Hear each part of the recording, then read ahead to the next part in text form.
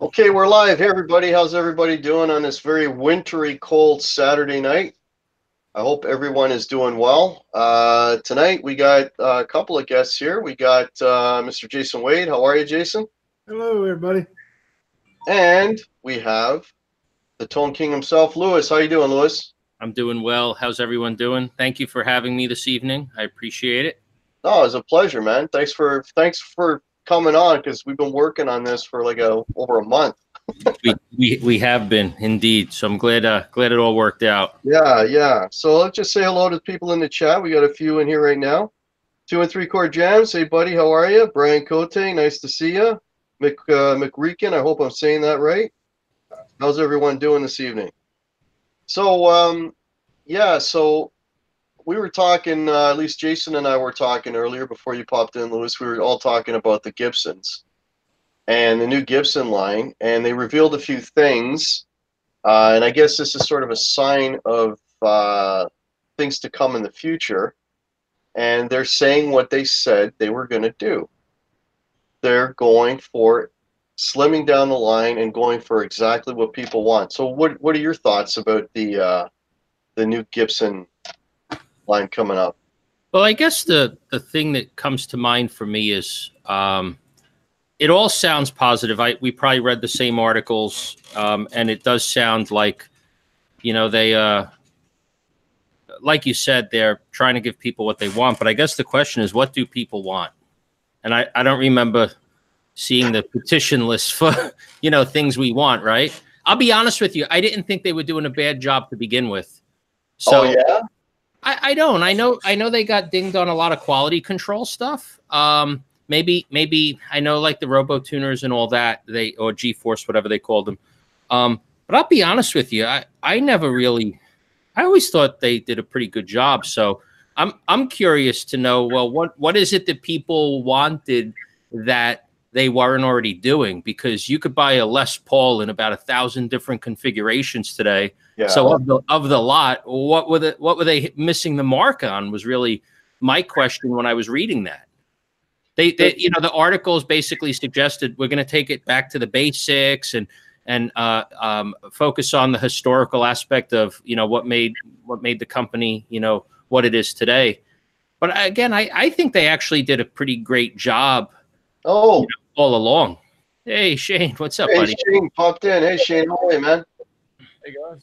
I'm having trouble hearing everybody. Just bear with me. I'll be sure. No worries. So just 1 second. Take your time. So again, I'm just confused as to what they'll be doing exactly, because like I said, they've had lots of models, lots of different options within each model. I don't know. I always thought what they had was pretty good. So I'm confused. Well, I can tell you how I feel personally, but I know a fair number of people that are, you know, the same mindset, you know, as I am with the whole Gibson thing. Gibson is one of those companies that are so iconic that you can't really mess with the formula, if you know what I mean. It's like New Coke, you know. Nobody liked the New Coke, you know, if you remember that far back. Yeah, I do. Yeah. Okay. So it's kind of that whole thing, right? So, you know, I mean, they were releasing models. I mean, first thing that pops in my head, I mean, outside of the Robo Tuners, is actually around that same period, I think 2014, 2015, they started putting in toggle switches in I think it was the classic model at the time.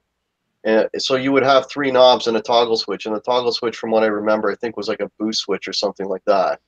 So I think that toggle switch took the bridge output and sent it directly to the output. Oh, that was yeah. So there's no tone stack, which actually I thought was kind of cool. Okay, so you're so you're of that. No, that's cool. I mean, that's what it's all about, right? So you like that idea. And then the other thing that they did is they widened the neck on one of them 1 year.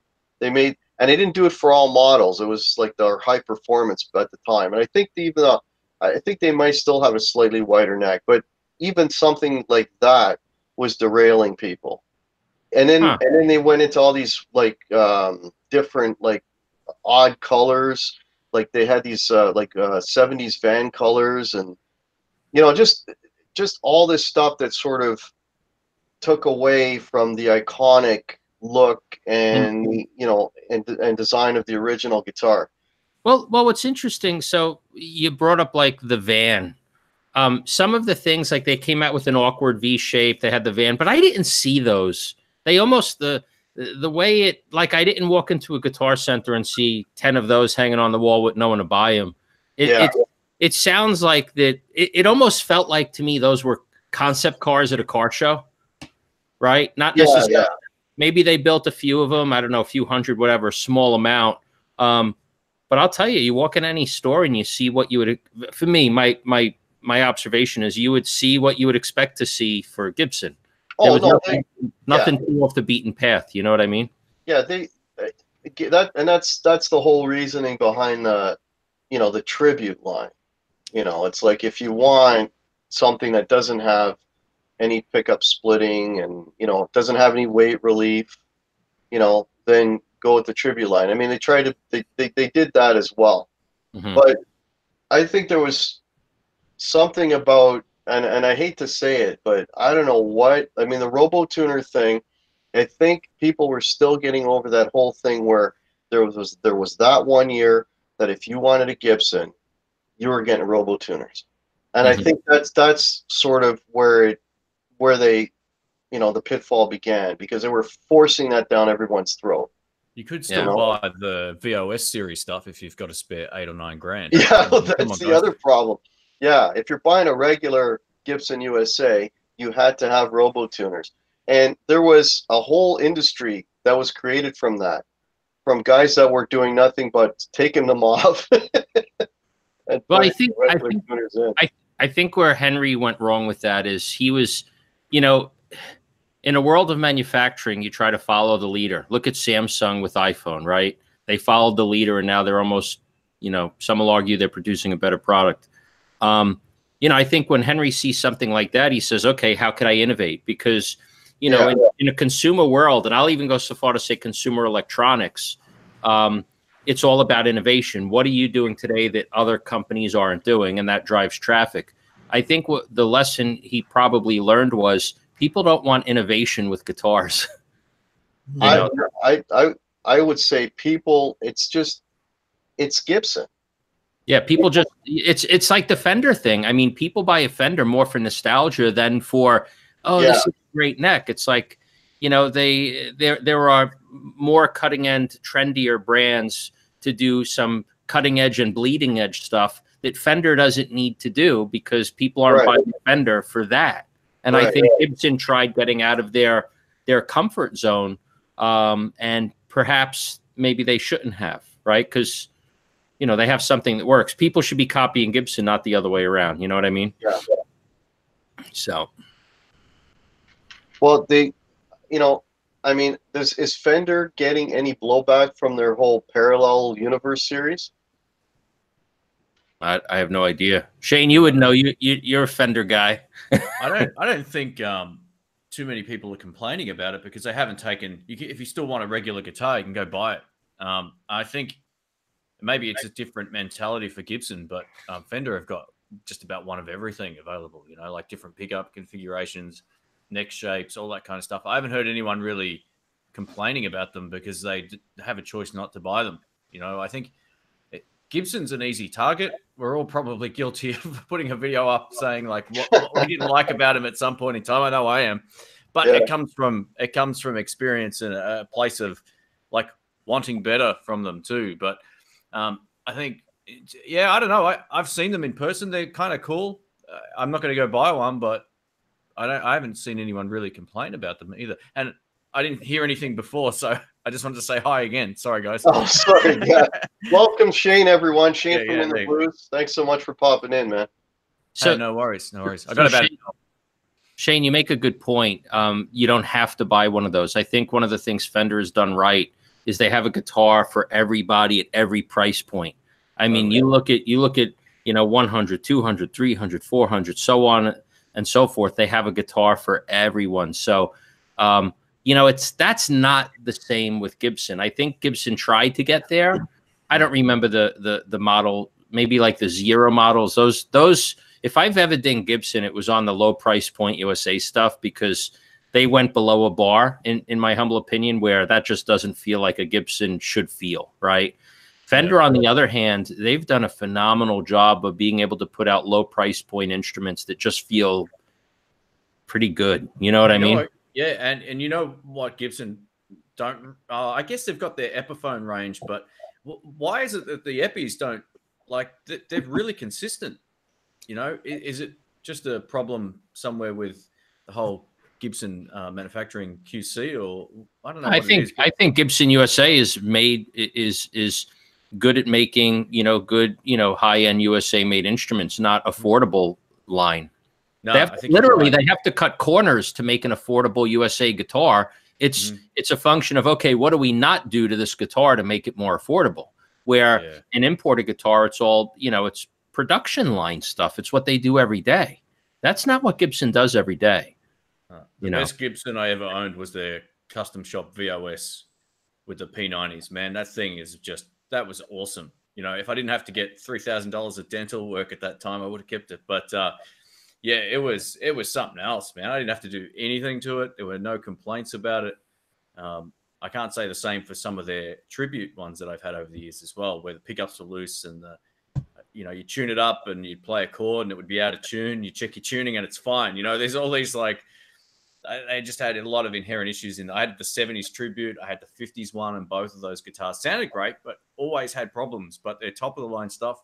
Yeah, it's awesome. Like, it's just, it's out of reach. You know, I was lucky I got it secondhand, but you know, the Epiphone thing. You raised a good point about Epiphone. I think one of the new announcements they made for 2019 and beyond is, you know, they haven't really properly told the Epiphone story. I think what happened with Epiphone was it became the Squire, so to speak, of Gibson guitars. Yeah, that's pretty much what it's thought of. And that's and I'm really happy to see that somebody there finally realized this. Like, Epiphone has its own story. They don't have to be the imported affordable Gibson line, but they have a story of its own. And I'm kind of happy to see that because, like, as an example, I own an Epiphone Wildcat, and I think it's a great guitar, and that's not a guitar that comes in the Gibson line, so I'm happy to own that. But what I don't want is an Epiphone that looks like a Gibson, right? So I'm happy to see that they're going to be telling the independent story about Epiphone. I think that's pretty meaningful and significant. Let me ask you a question, Lewis. In terms of Epiphones not looking like a Gibson, do you prefer? I've owned a couple of Epis over the years as well. They're awesome guitars. Do you prefer the current headstock, or do you prefer the one that looked like the Gibson headstock? Well, and I've said this on record many times, I'm just not a fan of, it goes back to when I bought my first guitar. I had like $200 in my pocket and I bought a Charvel, and that at the time, that's what everyone was playing was Charvels. This is probably early 80s, right? So I got to buy a guitar that bared the name of the same guitar that you know, my guitar heroes were playing. And I think that's important for someone that's entering a market, right? Epi doesn't allow you to do that, right? It's, you're buying a guitar. It's like it looks like a Harley. It sounds like a Harley, but it's not a Harley, right? I think it limits people to get what they really want, and that's the whole problem I have with the misbranding of names. Even Fender does it now. They say Squire by Fender, right on the headstock, so people could feel good about what they're buying.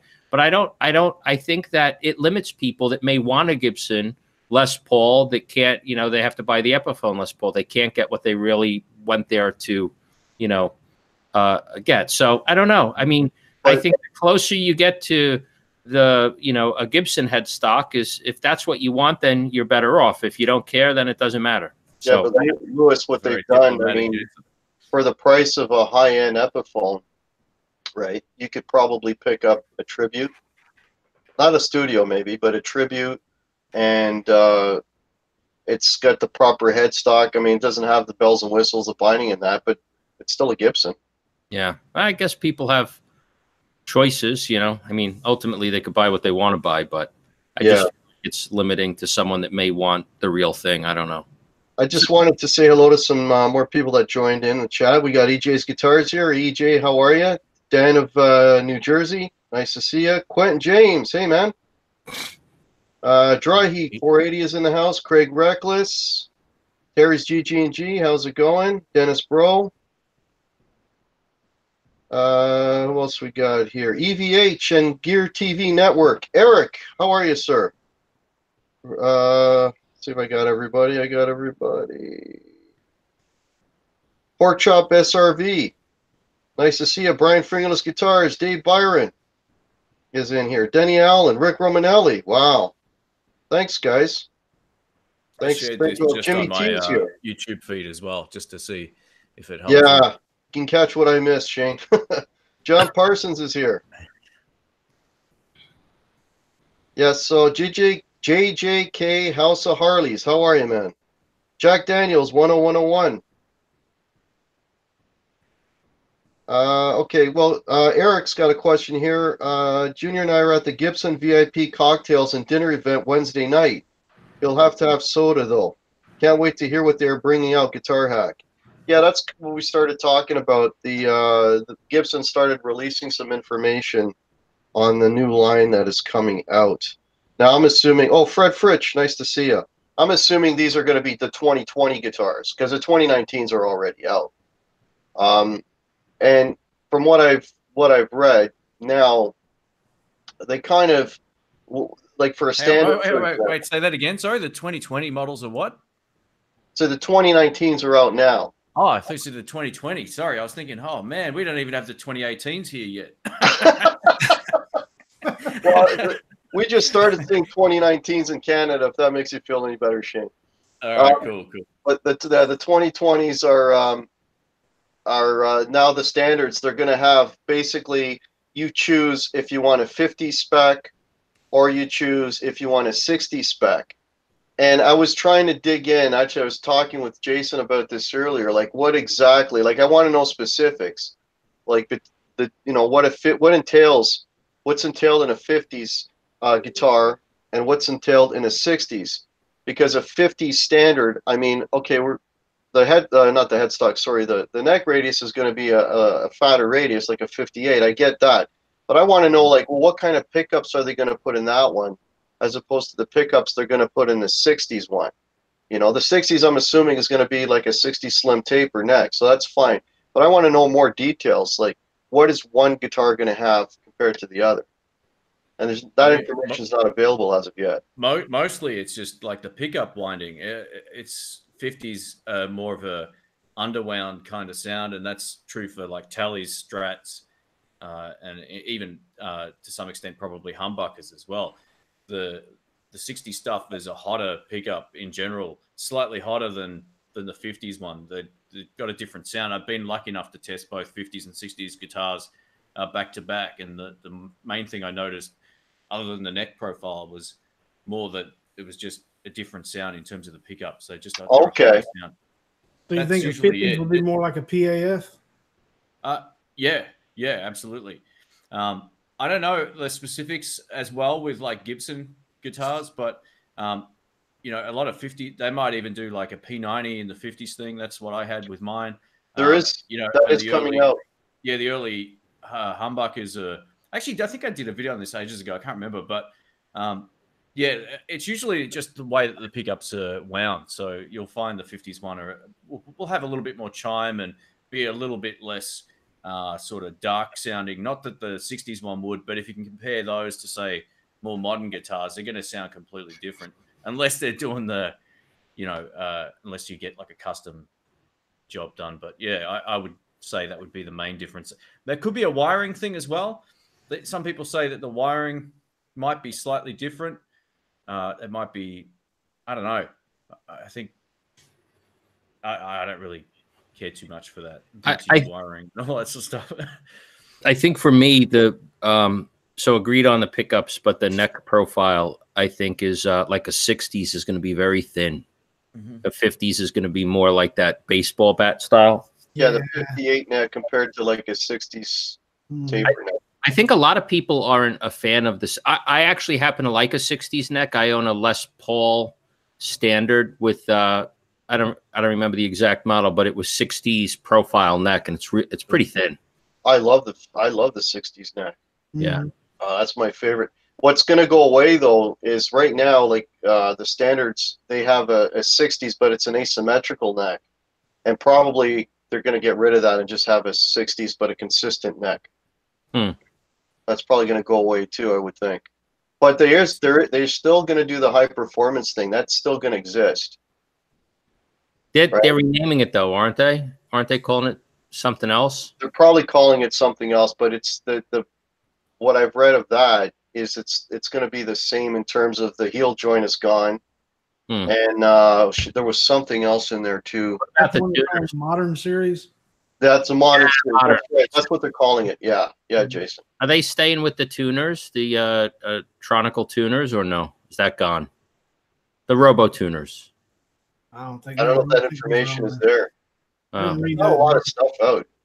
Because I know they had the thing. There was some lawsuit with the company that made them, and that's right. Yeah, $5 million or something. Somebody didn't get paid. I'll tell you what, Lewis, I'll send you a free pack of those, mate, for your framers. How about that? We'll we can chuck them on there. You'll be loving it. You know what's funny? Somebody actually offered me. They said they took the tuning system off their Les Paul, and they offered them to me. I'm like, yeah, I don't think I want. When did you ever hear a guitar guy say, "Yeah, I'm gonna pass"? Yeah. That's hilarious. It just doesn't happen. But you know, I don't want to. You know, I don't know, man. You know, Gibson is one of those brands. I hate to say this because it's going to come across wrong for other brands out there. It's one of those brands I don't want to change the spec on. If I get one, I leave it alone. I don't upgrade it. I don't mess around with it. Well, it's funny you say that because remember we were talking the other day, Lewis, about the whole P90 noise thing? Yeah. And I've been posting questions and chats and things and getting feedback, and I keep getting the same thing back. If you want a good P90 pickup, go get the Fraylins, the Lindy Fraylin pickups, the P90s. Apparently they sound really good and they're not noisy.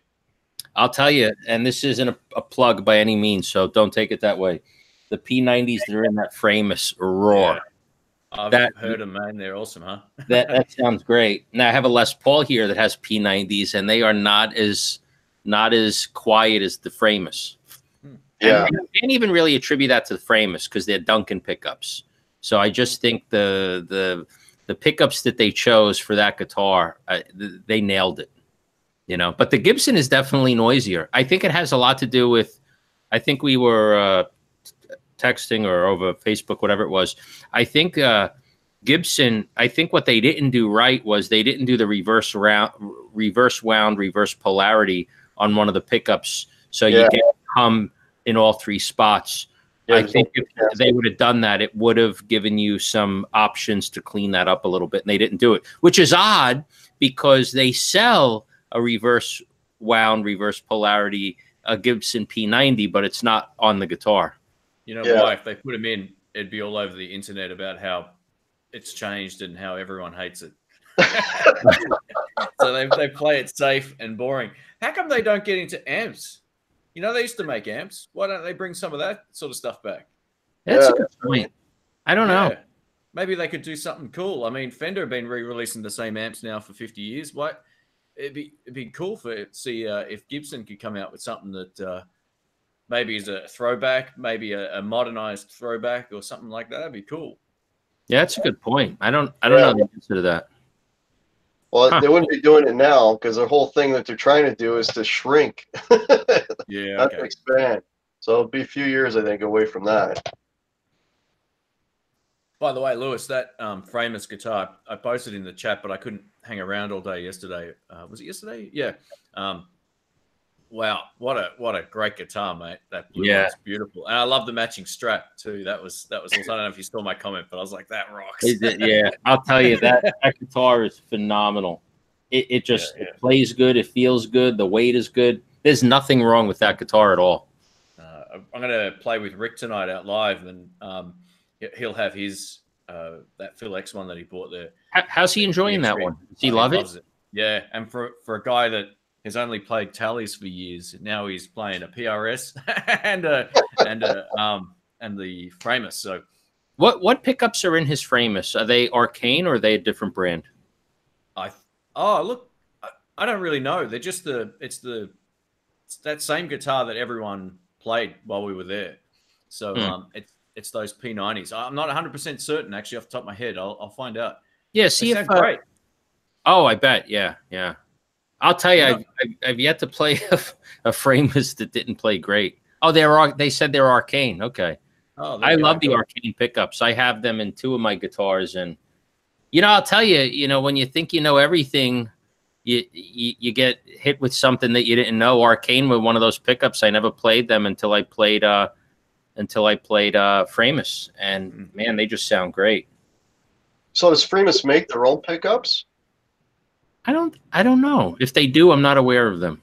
So like are they Duncan pickups that are special made for Framus?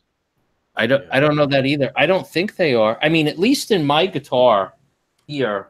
Yeah, I'll get it so everyone can see what we're talking about. You sure you can find it, Lewis? Oh yeah, there it is. So these are Duncans. Cool.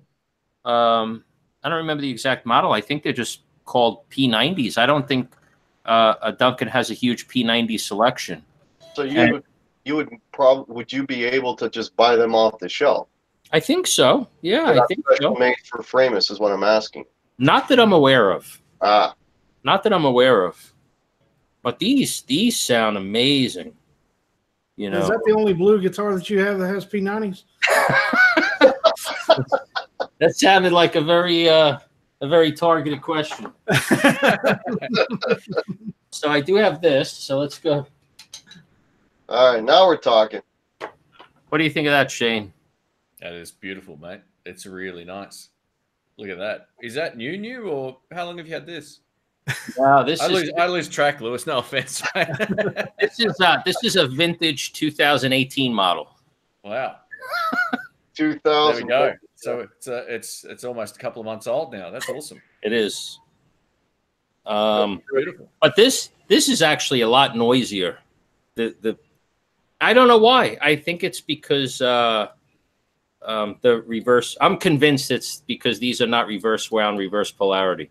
I also have come to realize too, like vintage spec pickups in general will buzz way more than hotter sounding pickups. So these may be vintage spec. I wouldn't be surprised. That's probably what it is. Even P90s, like I know on Strats, when I played back to back the 50s and the 60s one, though the 60s one was nowhere near as noisy, but it had more output as well. So it was, it's one of those things. But yeah, the Gibson P90s are great, man. Like, you get the body position right, so you don't get that buzz, and you got to stand a certain way. But once you get it, you definitely have to figure that out. That's my whole problem with it. Just what you just nailed it, Shane. Like if I'm at rehearsal and I take my P90 Gibson and it's a nice big room and I can move around, it's not a problem. But when I'm playing in a bar with a small stage where I'm about 3 feet away from my amp and there's nowhere to go, those things are going to howl like crazy. You know what? We've got these like trams or like rail car things here everywhere. I used to play at a venue that was right on one of the biggest streets in the city here, and the trams would go past like every 30 seconds. And I took my P90 guitar there once, and then I never took it back. I'd just play I'd play humbuckers there. You can't take a Strat there. You can't play P90s there. It was unusable or a Tele or anything. So unless you're on the middle positions, it was like the worst electrical hum, buzz, awful sounding, and it was distracting. Like you couldn't. I went up before another band, and I had my humbuckers because I knew not to take P90s. A guy had a single P90 Les Paul there with just a bridge pickup. As soon as you plugged in, it was completely unusable. It was the worst. Horrible sound, and I'm lefty, and he wasn't. I was like, "Oh man, I'd give you my guitar, but enjoy that." It's brutal, but I love them. You get them. There's not all rooms are bad, Like, I'd use my P90 guitar in another venue that I play at a lot, and have no issues. It's great to be able to plug something like that in and go, "Oh, there's no noise." That would be a certain way and. No, that would be heaven because I absolutely love the sound of them. And when I do get in those rooms that I can crank it, it's amazing. I think there's these new Kingman pickups. They're made out of like 90 parts, basically. Supposedly they're not traditional like hum canceling pickups. but they don't buzz at all. And they're supposed to have the P90 vibe, like spot on. I haven't tried them. They're super expensive. So Lewis, put the hard word on this company, mate. Get a set sent out, and we'll you can be the test guinea pig. What was this for? Which company is this? I think it's Kingman Pickups. Oh, okay. I'll Interesting. send you a link. They make like a buzz-free P90, but it's not supposed to be like a stacked thing, like how most companies would make them. It's like its own kind of thing. So yeah, it'd be interesting to see whether or not they're any good. Yes, sir. I'm sorry, I didn't mean to step. No worries, brother. Now Terry's pointing out a pickup company in the chat. Something about the P90s. Okay. Yeah, I'm gonna have to go through this chat later on and check that out. I just wanted to welcome some new people that popped in. Bass Hero Shima Nick, nice to see you. Ed Dana's here. Hey Ed. David Rideout, how's it going? What else we got here? Got a bunch of people that popped in. Brad Miller, nice to see you. Cashed Up Bogan. How are you, Paul Culture? Amanda Coombs is here. Hey, Amanda. There's trouble. Now, we were talking about the Gibson Fenders and stuff like that. I got something to point out. While you guys were going back and forth, I was listening, and Shane was talking about Fender, and Lewis was talking about Fender and Gibson. Gibson traditionally has either the P90s or the humbuckers. One thing you can find in the Fenders that you don't find in the Gibsons, obviously, are the single coils. So that gives you more of a umbrella to play with as far as that goes, one way or the other. Tonal umbrella and different setups. Fender has all the humbucker, single coil, HHS, so on and so forth. Whereas Gibson's traditionally either is, just straight humbucker or a P90. Is that wrong or right? Yeah. Yeah, I think there's only one guitar I can think of off the top of my head that. I mean, that's your pretty much your one shot deal, one choice. So Jason, I think you're bringing up a really interesting topic, and if memory serves me correctly, when PRS entered the market, and guys, keep me honest here because I certainly don't want to make stuff up. Mm-hmm. When PRS entered the market, they entered the market saying, we are where a PRS and a Fender, we are where a Gibson and a Fender meets. So if you want the chunk of a Gibson and the twang of a Fender, buy a PRS. They wedged themselves right in the middle, understanding that a Fender isn't a Gibson and a Gibson isn't a Fender. So you're very right. Two separate guitars, but I think that's where kind of enter PRS. That was how they marketed themselves.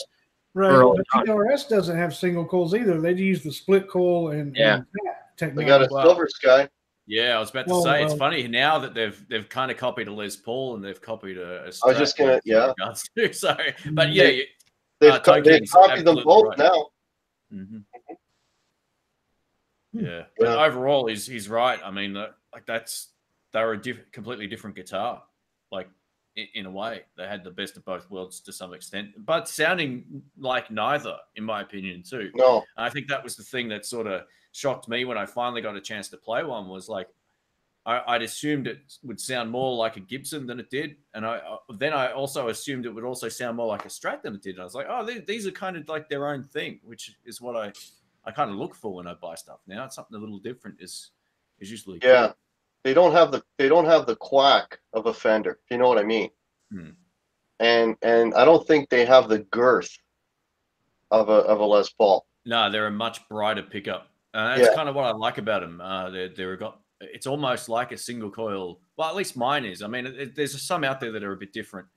And I know Rick's guitar sounds sort of chunkier than mine. Mine sounds a bit brighter and a little less sort of mid-heavy. So yeah, there's slight variations on them obviously as well, and the different models and all that kind of stuff. But yeah, I really like their the vibe of the PRS. That's still my main go-to guitar when I play live at the moment. It's just such an easy guitar, and it's light, and it's really cool. It's really So you cool. still haven't gotten off the PRS, eh? Because I mean, you've been having new guitars come in and out and trying them, and they all sound great, but you're still sticking with the PRS.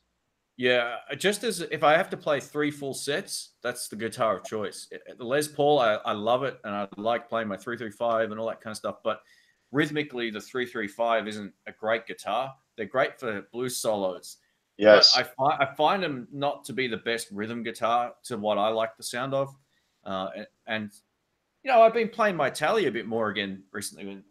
It's not behind me, but yeah, I've been playing my Telecaster a little bit more again recently, which I'm really enjoying. But yeah, the PRS is just a really functional and good guitar for what I like, and it's like one of my least expensive guitars I've bought. You know, it's an SE. It's not even one of the US models or whatever. And even after trying a few of those, I've played probably 3 or 4 US models. There's only one that I would think, oh, maybe that would be slightly better for what I like than mine. But then I look at the price and I go, no. Yeah. Yeah. I almost can't justify spending $4,000 on or 6 or 8,000 probably is the average for a good PRS in Australia for a guitar that I'm not going to play a lot. You know, like it's just a huge investment. I'd rather go overseas. Yeah, really. So, that's a pretty nice trip right there. Yeah. Yeah. We got Johnny Beane is here. Hey, Johnny. Nice to see you. Scott Connor. Welcome, everyone. Welcome. I apologize. I haven't been answering any questions because the chat is going by real quick. And Suave Trainwreck is here. And we're having a good discussion here. But I will try to look more at the chat. So if anyone's got questions for anyone in the panel, Jason, Tone King, Shane, or myself, Paul Kelcher is here. How are you? Please tag me at or anyone you'd like to speak to. I think everyone's in the chat, and let us know. And as I said that, I see a question from Eric. I wonder if the lace sensor pickups would get the same. Eric, I had lace sensor pickups in my Fender, and they were quiet pickups. I had the lace sensor golds. Do you remember those, Shane? Back in the early 90s? What was the question? Yeah, I've tried them before. He's wondering if the lace sensor pickups would get the same interference. Oh, no, yeah, they're a lot more quiet. Yeah, they're very quiet. Yeah, I had those in the Clapton series Strat that I had. Did you like them? Mm-hmm. Yeah. Well, I mean, it also, the Clapton series has that mid-range boost as well. So. Yeah. They don't quite have the chime of a traditional pickup, but you know, the trade-off is so minimal. Like I'm a huge fan of noiseless pickups at work.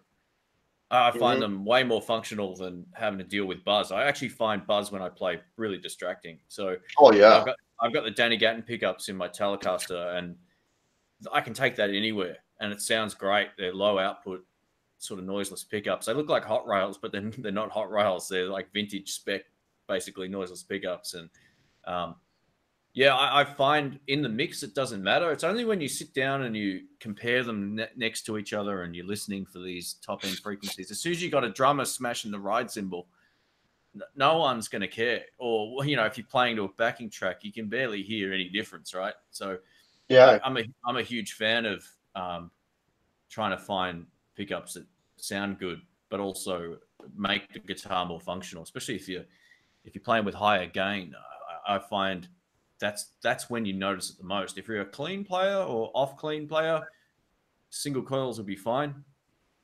And sometimes, actually, I was shocked when Lewis was playing his Framus the other day through that Marshall. I didn't hear any buzz, man. Like it was so good. It was so good. They must have humbuckers under that P90 cover. Yeah, it's and I'm telling you, man, there's you know, I don't. You know, it's hard to get excited about a lot of stuff. And I was so excited with that pedal, that JCM 800 pedal, which, by the way, I learned something. I was on the phone with them. They live in Venezuela. And anyway, I'll get back to that. Just remind me, I'll get back to that story in a second. But I learned something that I didn't know last night when I did the video. But the P90s, man, I'll tell you, that guitar, it's just, I can't say enough good stuff about it. And I never really ever played a guitar at P90, so I learned something new, you know. It's always nice to feel like, wow, you think you know it all, and then you learn, you know, you get a curveball thrown your way, and like that guitar just roars. I was about to text message you about that, actually. I was going to ask, was it the fact that your house has really great, clean sort of power down in that basement? Okay. No, seriously, power. like I was shocked. If I was to play in here with P90s through my Marshall cranked far out, man, it'd be buzzing. Well, the Les Paul is like that. It's wicked noisy, but the Framus isn't.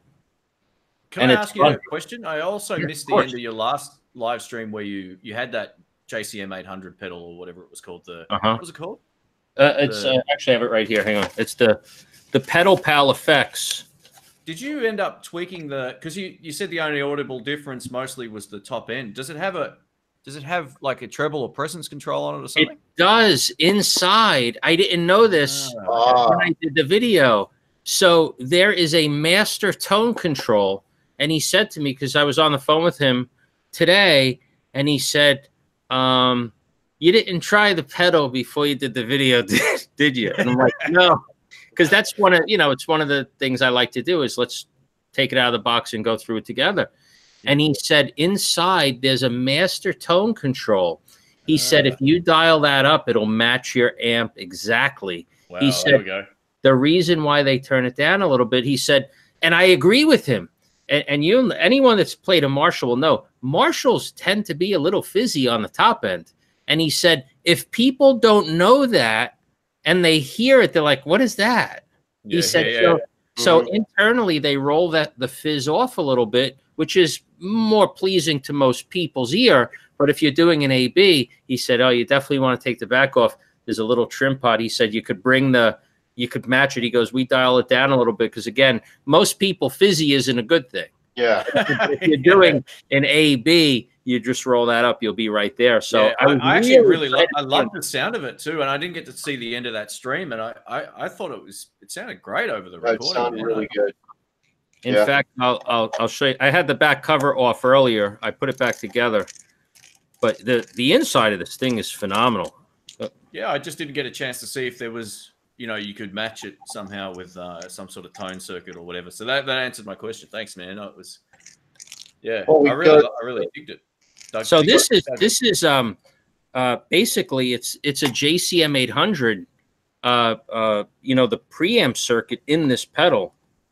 So a lot of pedals it's their interpretation, but this is actually the circuit, and the JFETs are hand tuned. I'll show you what I mean in 1 second. So just bear with me. Every pedal.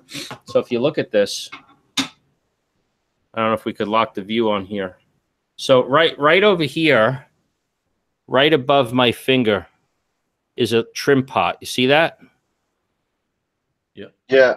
And that's called the master tone control. And that is, again, rolled off a little bit for the fizzy. And then if you see this, four things with screws that have paint over them. You see that? The yellow things that are painted? Mm-hmm.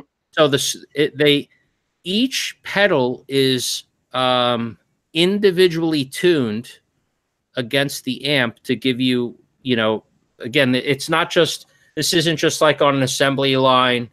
Every single pedal, all of those trim pots are individually tuned, and then they put paint over it so people don't mess with it. And that's how they match up, like I don't build pedals, so I don't know the exact words, but like the tonal characteristics of the amp itself. Every single pedal is hand tuned because I guess there's variance in the different components. So they fine tune it and then they throw a little paint over it, so you don't mess with it. There's a few people asking what is it called, Lewis? Can you just show them the front? Yeah. Right. That's the PAL 800 Gold Overdrive, which is basically a JCM 800 in a box. What is that? Do you know what that retails for? I think they're about a little bit more than $1.50. Like if you go to Reverb, that's not bad. I gotta, because that thing sounded really good. I wonder if they have a Canadian distributor. Yeah, but you compare to a JCM 800, you're not touching one for less than $1,000 US dollars, of course, right? So if you could get this for under $200, yeah, you're there. Cool. Yeah, I just want to introduce some more people that popped in. We got Gussie Wells. Molly is here. David Ennis is here. How are you? Will Varela. Scott Connor. If I missed anyone, Six String Planet is here. If I missed anyone, Gussie Wells. If I missed anyone, I apologize. Paul Kelcher. Denny Allen. Chad Boston. Thanks, everybody, so much for popping in. We got 60 people watching right now. So I promised you that I would look at the chat, and since I mentioned that, oh, here's a question. Guitar Hack might find it in some mom and pop shops here in Canada versus some. Okay, so Eric is mentioning that I might be able to find that pedal in some of the smaller shops. So yeah, no, that thing sounded really, really good. I like the sound of that one. What's the second one you played after that? I think Lewis has just stepped away from. I'm back. Sorry about that. Sorry. I got a little sneezing fit over here, but my apologies. So what was the question? What was the other pedal? Oh, the other pedal was the Plexi emulator. And by the way, again, I have to tell everyone, this is the only Plexi pedal, and this sounds like a plug. I'm not trying to plug a company, right? It's the only Plexi pedal that behaves like a Plexi, right? Shane, you've played thousands of pedals.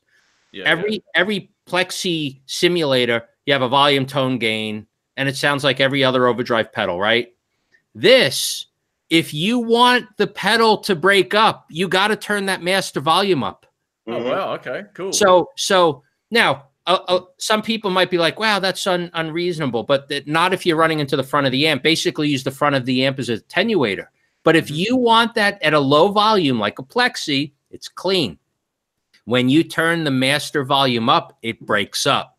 It's the only pedal I've ever played that behaves like a Plexi. And if you think about it, as a pedal builder, somebody would be like, wait a second, I don't want to have to turn the volume to 9 to get breakup.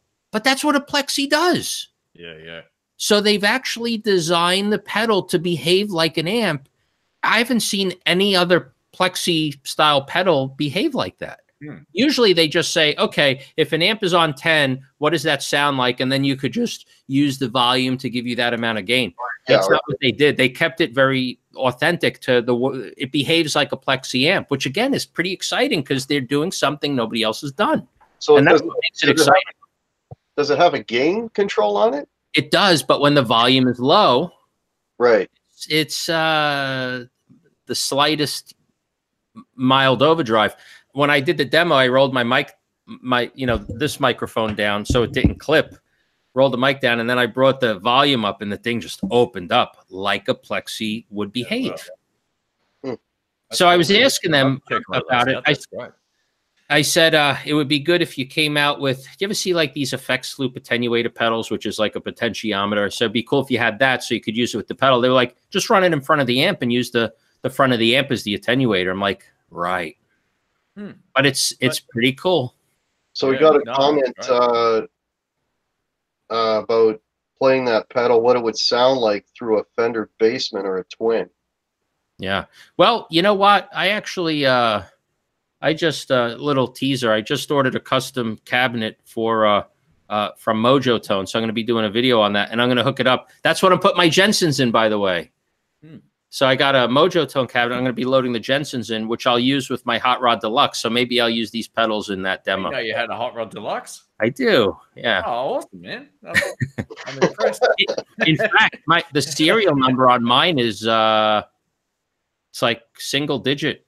Well, no, triple digit. So like 200 something. It was first year it came out. Made in USA. Can't even get a Made in USA Hot Rod Deluxe anymore. Yeah. You know, that's cool. Yeah. That's very cool.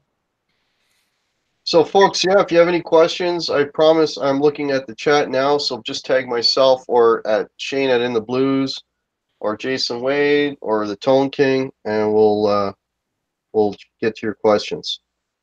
I don't think I've spoken to Jason in person before, so how you going, man? Sorry. I've seen you on the chats before, but I don't think we've been on the same one. I could be wrong, but I don't think so. So I know I saw your posting earlier, Shane, about NAV discussion. Mm-hmm. And, Yeah, I wanted to see what people thought, but I thought actually that was made hilarious, man. some of my replies were this. Like, I'm not really big into seeing like lots of really bad videos with lots of companies. And I made when someone said there's only a few channels I watched, I said, yeah, me too. And Lewis was one of those channels, and now he's not going this year. And the reason I watch Lewis's ones over anyone else's is he's not making it about himself, right? Which is a good thing. He's talking to people, and he's just go watch his Hartley Peavy. Is that his name? Hartley? Yep, Hartley Peavy. Yeah. Yeah. Go watch that interview and tell me if anyone does that better. Like you're the best at that, mate. I've told you this before. So yeah, I don't know. I just feel like this year there's going to be so many more people doing it. And this wasn't a jab at anybody that regularly goes. It's more like there's going to be so many more YouTubers doing this, and your feed's going to be full of NAMM videos for good or bad. And they're not going to be as good as his. I guarantee you. So who's going to pick up the torch for Lewis this year? Yeah. I mean, Steve's still going, right? Steve's going. Yeah, okay, cool. So I might have something up my sleeve for NAMM. So I'll just say that. But during NAMM week, even though I won't be there, you may want to tune into the channel anyway, because there may be some interesting stuff that shows up during NAMM week. So little teaser. Yeah. Good stuff. So Johnny Beane is saying that you guys were talking about the oh no, he's talking about the Hot Rod DeVille. He says the Hot Rod DeVille is his main touring amp. It's been all over the country and Mexico. The tone. That's a great amp. DeVille is hey Johnny Beane, how you doing, buddy? So the DeVille is a great amp. Is that the 4x10 or 2x12? Because I think the DeVille came in both of those configurations. Yeah, they do. They only make the 2x12 now, but they really used to make they're both great sounding. I've owned 2 of the 2x12s, and I get to play a 4x10 one every now and then, and that's great as well. So they're 2x12. Okay. Yeah, they're just the same thing, only bigger. Like they've got that little bit of extra headroom. If you ever need to be cranking those up to ear bleeding volumes, but yeah. It's funny, when I bought my Hot Rod Deluxe, what year were they introduced? Does anybody remember? Without looking it up, I want to guess it was probably 99, maybe 98. Anybody want to look it up and see if I 91? No, it wasn't 91, 92, 93, about 94 or 95, I would say, without looking it up. Okay, there it is, 96. I was close. It's funny, when I bought my Hot Rod Deluxe, I actually wanted the DeVille, but it was more money than I had at the time, so I got the Deluxe. Yeah. Oh, they're great amps. I mean, one of my gigging amps is back there, the Blues Deluxe. Similar sort of spec, just a slightly different voicing and 5 watts less on this one. But they're great, man. I love Hot Rod Deluxe amps as well. That good pedal platform, but also that clean's hard to beat. It's got something about it that that's nice where they shine. It's hard to a lot of people will judge an amp based on the gain. Gain structure. But what's interesting is a lot of amps, if you play it clean, you'll realize just how sterile a lot of amps sound on clean. And Fender, what makes it so special, like you said, as a pedal platform, their clean is outstanding. Yeah. So you throw something on top of that, you just, the platform is just so robust with that, on a Fender in general. Fender's got the clean down. So there's a question here, guys. And it's been asked a few times. 2 3/4 Jams is mentioning it. Someone asked about a mic for an amp other than an SM57. Recommendations. E609, and I saw that in the comment. Those are the two: E609 or an SM57. I'll give you my opinion as well. Rode M3, best electric guitar amp mic I've ever used. hands down. This is hard to beat. Really? Awesome all rounder. Great for snare. Great for you can use it as an overhead or even a mic for talking into. But I used this by accident instead of a 57 once because all of my 57s were getting used when we were cutting this recording for a friend of mine. And I put this in front of the guitar amp, and I've never used another mic since, unless I'm really using it for some other. I love this, man. If you can get your hands on a Rode M3, I guarantee you'll like this more than Beta 57s. I got about 20 or 30 mics over here, right? Because back in the day, I used to have a studio. I got lots of mics. This is by far my choice. So I'm not saying it's better than the Sennheiser, just a different sound. But for what I like, it just something about condenser mics. Don't usually work well in front of amps, but this is the exception. So yeah, Rode M3. Well, it's interesting. I would understand why you would like it better because, a condenser, because it's active, will pick up more nuance.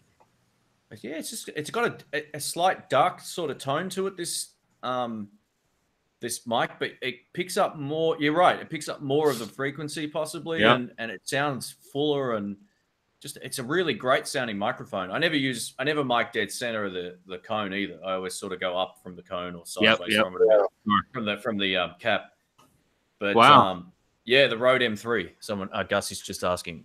And it's priced right, $150. Awesome, mate. I've got multiples of these. I love them. I don't even. Yeah, see what you think. I'd love to be able to send you one, but I can't do that, unfortunately. I use these all the time, but right. Yeah, I use these for stand-up mic interviews as well. They're great all rounder, and inside of these too, Lewis, they've got this is why I like these as well. You can open them up and you can drop the input 10 or 20 decibels. Oh, nice. Yeah, and it can power itself with a 9-volt battery. Nice. So if you're using it like with a wireless pack or something, a lot of those won't work with condenser mics, but right. I reckon this is my all-time favorite microphone for instruments, at least anyway. Huh, interesting. Going back to the pedal, John Parsons is mentioning that the pedal pal they will ship from Venezuela worldwide, so that you can order directly from them. Thanks, John Parsons, for that piece of information. So yeah, if anyone's got any questions, please go ahead and pop those in. Somebody was asking if that was a bandit behind you, Shane. Of course it is. He's stepped away for a second. Okay. Yeah, I was gonna say it's kind of a. There's one back there somewhere. Looks like he has a basement too, or looks like a basement of some sort. I think that's the deluxe. Tweed. Oh, is that the deluxe with the tweed? And he's got the DSL 40, I think. Nice. Yeah. So you're going to find this highly controversial. We were talking about this the other day, Lewis, but you were talking about pedal platforms. I had a Hot Rod Deluxe, and I used it as a pedal platform, and I've got a DSL back there also. For me, that absolutely blew it away as a pedal platform. Everything sounded way better through that amp than my Hot Rod Deluxe. I'm not surprised. I think, I don't know. Listen, Fenders, Marshalls, it's like, what do you want? Chocolate, vanilla, they both work, right? Oh yeah, they work. Yeah. When I made the comment about, clean channels being sterile, I was really referring to like some of the newer stuff that's out there today. I can't even think of a brand to pick on. I don't know. Like I'll pick on a brand that's not around anymore. So you take Crank amps as an example. Crank was known for gain. Now they have 2 channels, but they were never known to be a clean amp, right? That's not why people bought them. That's not what you ever heard, right? People bought Crank, myself included. I'm a paying customer, right? Yeah. But you never bought a Crank to be a pedal platform amp or a clean amp or to get those Fender chimes. It's not what people did. Soldano, great. Todd Sodapop said Soldano, another great example. I have a 2-channel Soldano. I don't know what the clean sounds like. You know, it was, I just think that, you know, where Fender, I'll even go so far to say Marshall, right? Mm. I think people genuinely, like a lot of people will buy a Fender for the clean, you know. That's kind of what I was saying, right? Yeah. No, I was speaking strictly as a pedal platform. Yep. Because it's like, you know, everyone recommends Hot Rod Deluxe, best pedal platform, lots of clean headroom and all that kind of stuff. But in my experience, and I know I'm the oddball, I think that Marshall sounds a lot better with my pedals. Actually, EJ's got a question for you, Lewis. Oh man, did I just lose it? Can you see it? I just got a rush. I'm recording into GarageBand with it. What do you recommend setting the master volume at? That's really interesting. He's asking a question. I was talking to a buddy of mine yesterday who just got a head rush. He asked me the same exact question. Oh, there you go. Which I thought was interesting. So I wonder if there's some confusion over the master volume on the head rush.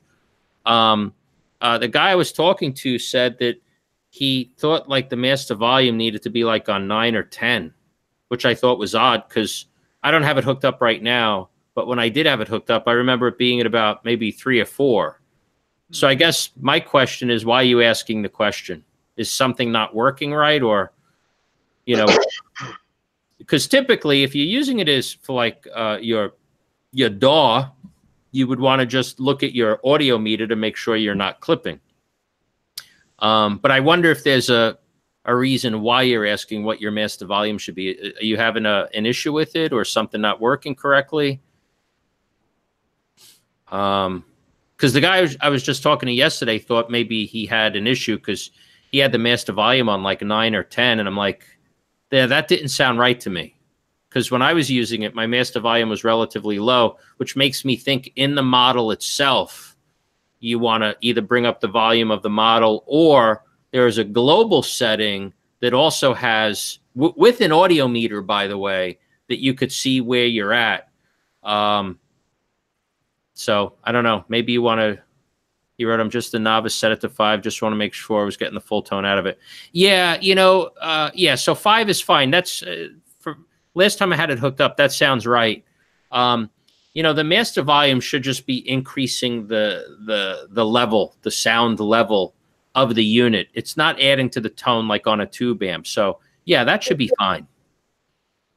You know, you really want to work within the model itself and then use the master volume to just give you pure decibel, you know, more level. That's it.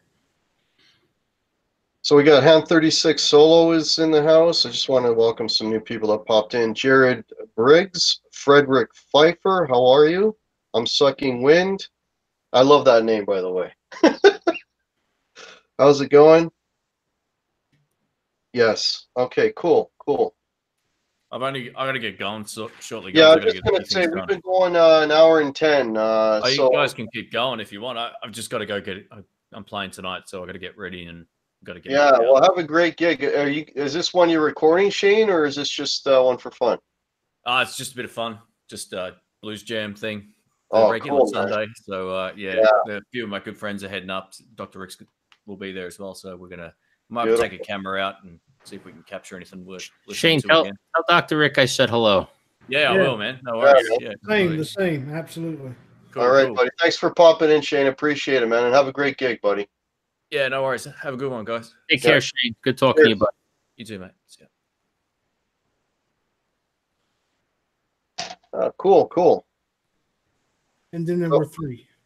Yeah. How you doing on time, Lewis? Are you all right? I'm okay for another 20 minutes. Okay. Yeah, you went till about this time last night, didn't you? Yeah. Cool. Yeah, so what are you gonna do with that P90 Les Paul then? Are you gonna keep it as is? Yeah, I don't mess with Gibson. You don't mess with Gibson. But like in your room there when you're playing it, are you, because actually I was gonna ask you yesterday, man. I don't know how loud you had it, but it's in the room, but it sounded like you were cranking the crowd. Oh, it was cranked. I need to get a decibel meter in here so people could actually see. But yeah, no, that was kind of full on. That was opened right up, you know. Wow. Have you so how loud have you gone with the P90s? Hang on a sec. Let me see what I have this hooked up to. Let me power this on. Now, I got a question for you two Gibson owners, connoisseurs. What's up, buddy? I haven't said much, man. Somewhat of an odd question as far as that goes, but yes. How many years does it take for the smell of a Gibson case to wear off? Well, if it's closed, it's time capsule, man. See, what you're doing right now with your case open is not good for the. That's right. Let it escape. I just like smelling it, the aroma. Like a new car smell, right? Yeah. Yeah. All right, let's see if I can get some noise going on here. Hang on. Are you gonna pop that into a Marshall? No.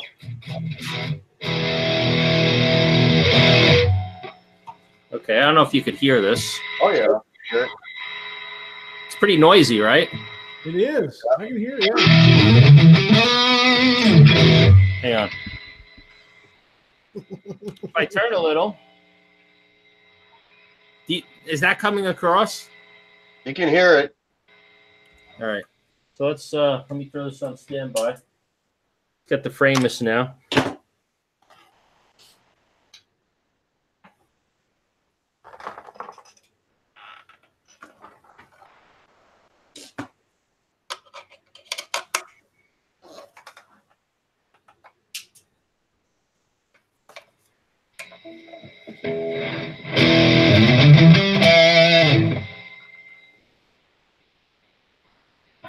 Maybe it's going across. Yeah, you can hear it though. Do it. You can hear it. It's there. I'm doing a quick test here, so let's see.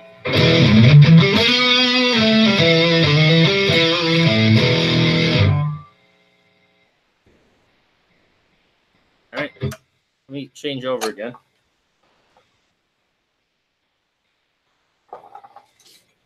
Maybe I beat up Gibson too much on this. Hold on. Let's see. No, this is louder. Yeah, yeah. Definitely louder. So I'm not in a position. Now, see? Look at it. This is definitely louder. Yeah. All right. So let me put the Framus on again. Hang on. Yeah, everyone in the chat saying the Framus is quieter too, so everybody can hear it. Definitely a little quieter. Hang on. Yeah.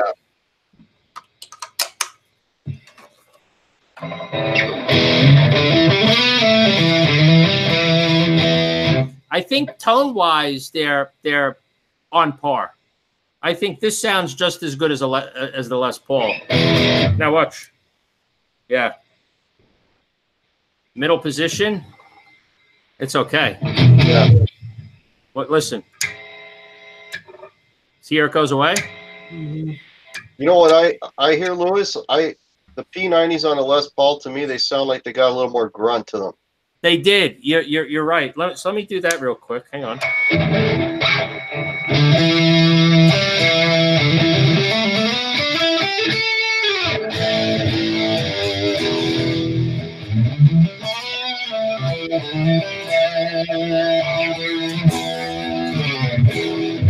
All right, let's switch over.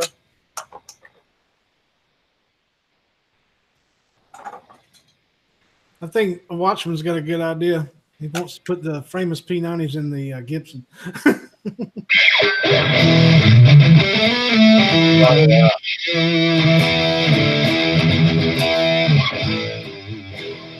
Yeah, definitely a little bit more.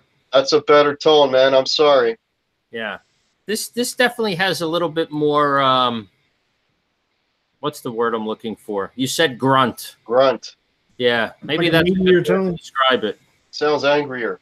It does, and you know what? It probably, I'll be frank with you, it probably has a lot to do with this is a 40-pound solid body Les Paul. Yeah. Versus a little brighter, longer scale semi-hollow Framus. Yeah. I think the guitar itself probably has something to do with it.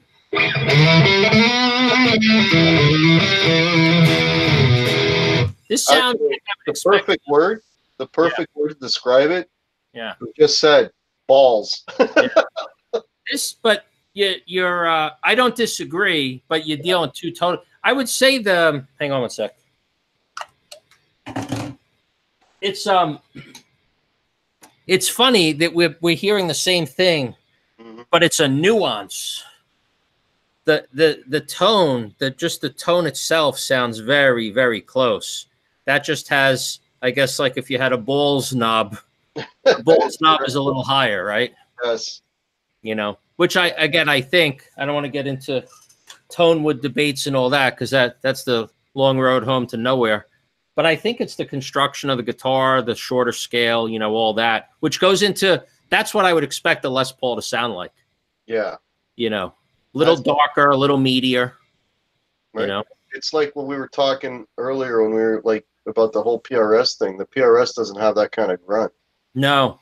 Nothing has that kind of grunt. That's why a Les Paul is a Les Paul.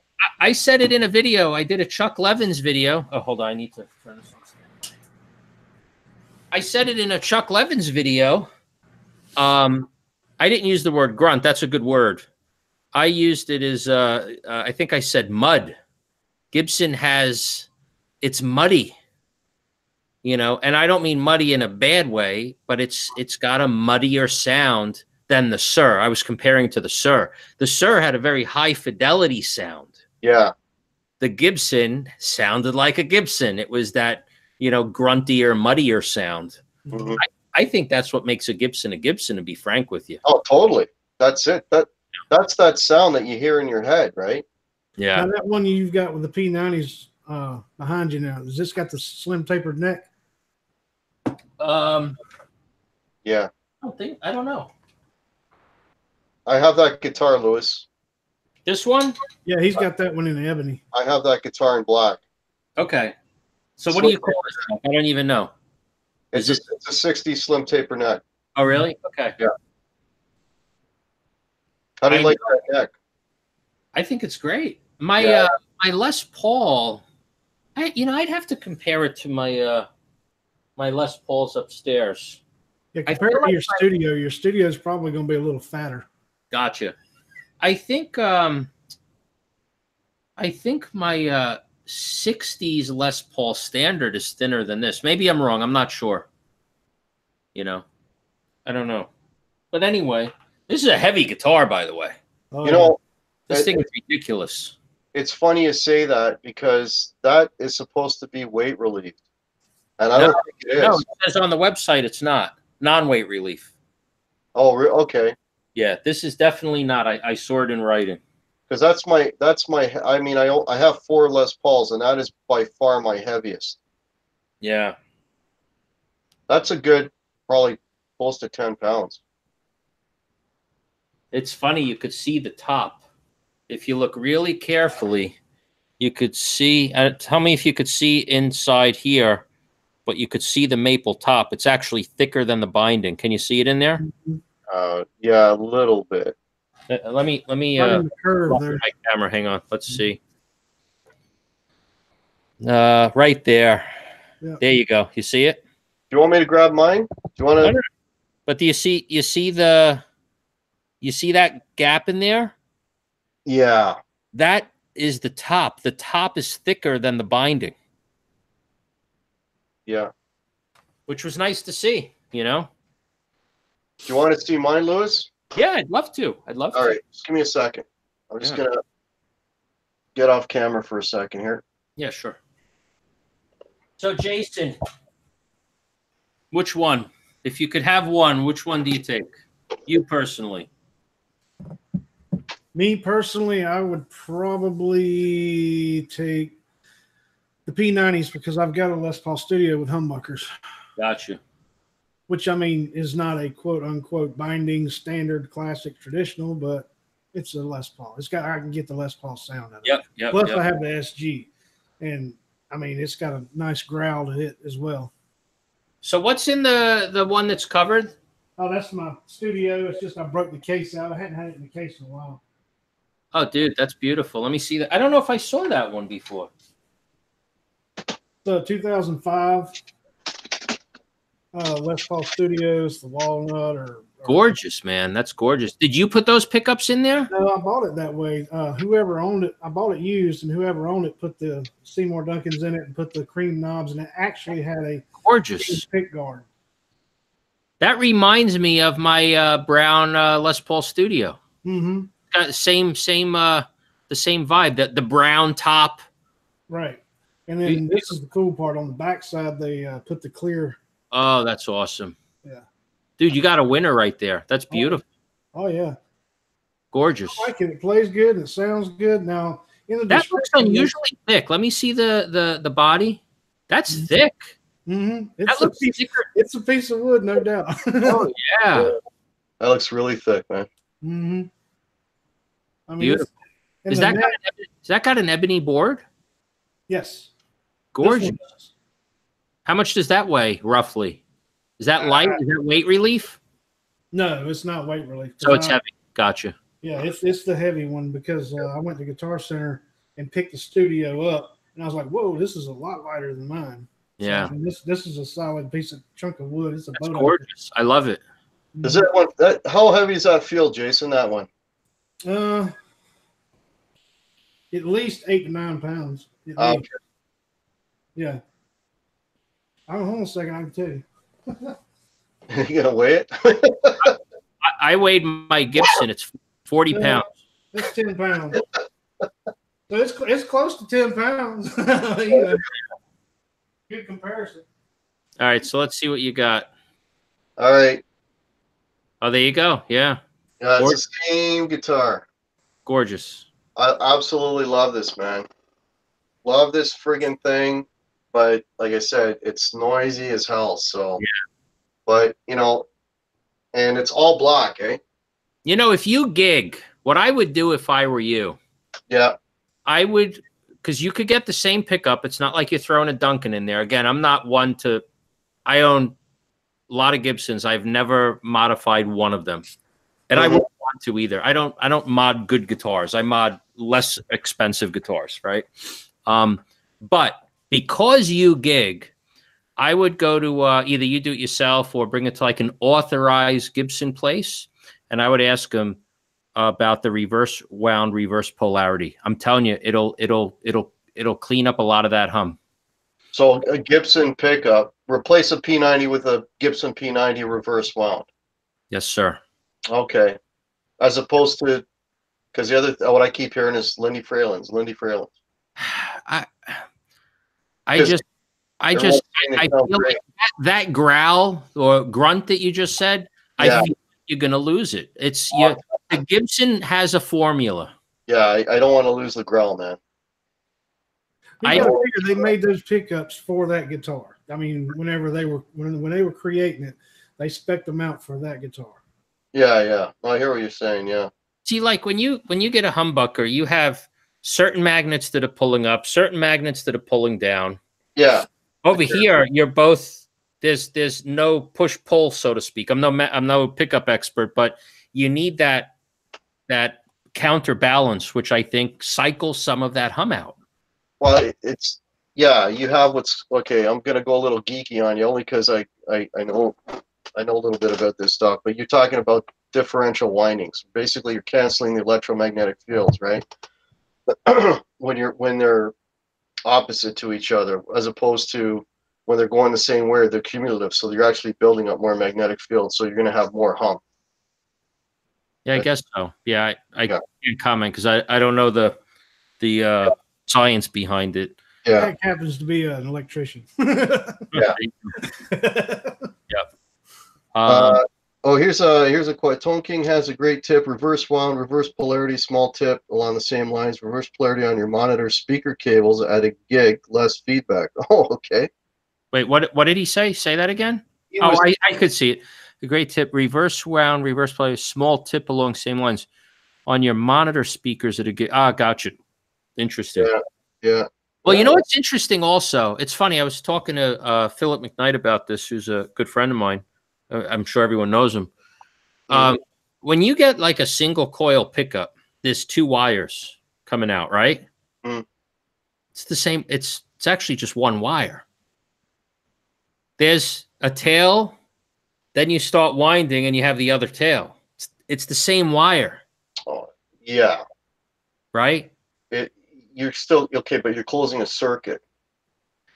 So Right. I know what you mean, but it's a circuit, right? So I think it really has to do with the magnetic. Well, the reverse wound is actually, and I don't know why this is a thing, but think about this. Let's say we're winding pickups right now. Mm-hmm. You come in, let's say you leave a 6-inch tail or whatever, 6-inch tail. You wind it, and then you have the actually lead. Let's call it a lead. You have a lead, you wind it, and then you have a tail. Yeah? Right. So when you do the hot on one, you do the lead. And when you wind the other one, it's the tail. That's the reverse wound. One is the lead, one is the tail. I don't know why that's significant, but that's what reverse wound means. One is with the lead, the other is with the tail. And then the reverse polarity is the magnets are opposite. Well, what you're talking about really is phase. You want them to be out of phase with each other, and if they're out of phase, then they will cancel. I guess. I don't, like I said, I don't know the science behind it, but that's what the reverse wound component is. One is connected to the lead, one's connected to the tail. Hot lead, ground tail. The other one, it's reverse. It's the opposite, exactly. It's the opposite. Yeah. And then the magnets, one is north, the other one is south, something like that. Yeah, they're. But I think that's why the frame definitely has less white noise than the Gibson. They both have they're both P90s, so they both have noise. Well, when you plug in this is something now. Like if you plug in a humbucker, do you hear the 60 cycle hum? Do you hear that? In this rig here? In your room? No, not so much. You don't hear it. Okay. Hang on. I mean, I'll hear the gain, but let's hear this. Hold on.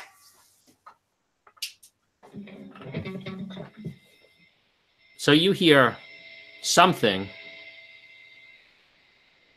Okay, so yeah, that's 60 cycle. That? No, that's not 60 cycle home. That's gain. Here, if I roll the gain down.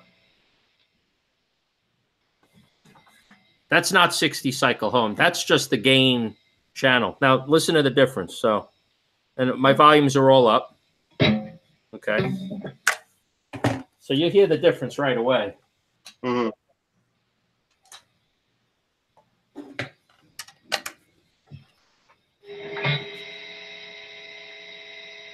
Mm-hmm. That's 60 cycle hum. Mm-hmm. That hissing, not the white noise, but the hissing on top of the white noise. You hear it? Yeah, yeah.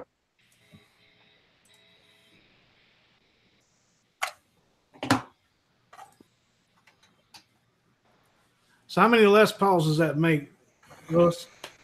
I told my wife I will not be ever buying another Les Paul. So that makes it my last one. I heard that. That makes it my last one. My wife rolled her eyes at me like, yeah, right. Well, how many have you got? How many Les Pauls? 5. Mm-hmm. Okay. Wow. I have a custom, a standard, the 2 classics, and the studio.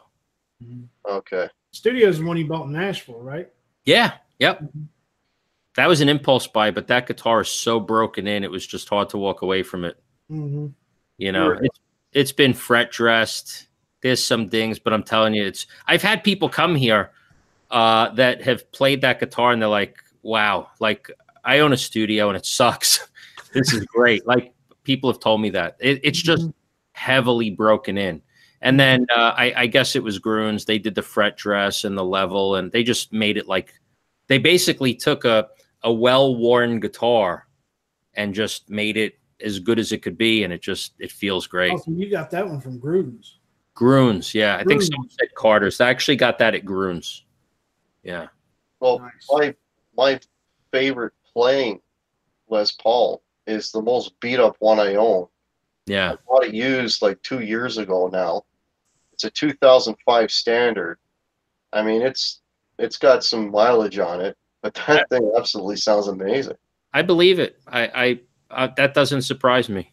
Well, Will Varela said I was fibbing again. What was I fibbing about? I don't know what that was. Buying another Buying Les Les Paul, Paul. probably. Oh, I got you. Got you. No, I really don't. I mean, you know, I have a, you know, when you think about my custom I bought in the 90s, right? So I've had that a long time. Mm-hmm. So when you think about what do you want in Les Paul? I have a custom, I have a standard. I have two classics, which was incidental. I have a studio. The only thing I really don't have is a traditional when you think about, you know, but then again, I'll be honest with you. I'm not a huge fan of the traditional is nice, but it's like a hot rodded Les Paul. You know, it's got like the zebras and the open coils. I kind of have that in my studio. Not that it's zebras, but it's all open coils. So I don't know. Classic, the 2019 Classic is zebras. Mm-hmm. And doing zebras? Yeah. Yeah, they're open coil 61 pickups and they're zebras. Hmm. Yeah, that's actually something I'm looking at. for 2019. Yes. Gotcha. Okay. You have the 2018 behind you. Yep. Yeah, so every year they change something on it. So this year what they did was that they put in 60 and I played one with the 61 pickups and they sound really nice. Yeah, it was beautiful. Same pickups I've got in the SG. Yeah, so you know, Jason, those things sound fantastic. They do. Yeah. So when they're talking about the new standards, I'm going to 2020, when the new standards come out, and if they've got a 60 spec and they put 61 pickups on it, that's going to be real hard for me to walk away from. Mm. Yeah. Right. Yeah, they sound really, really good.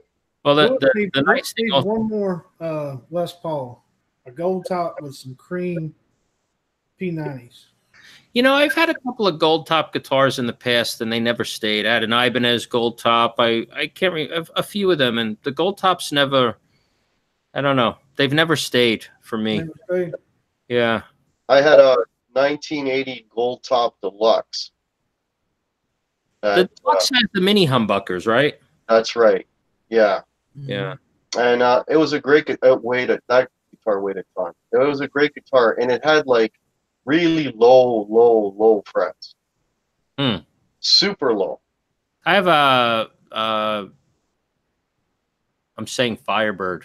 Is it a Firebird? What's the Gibson?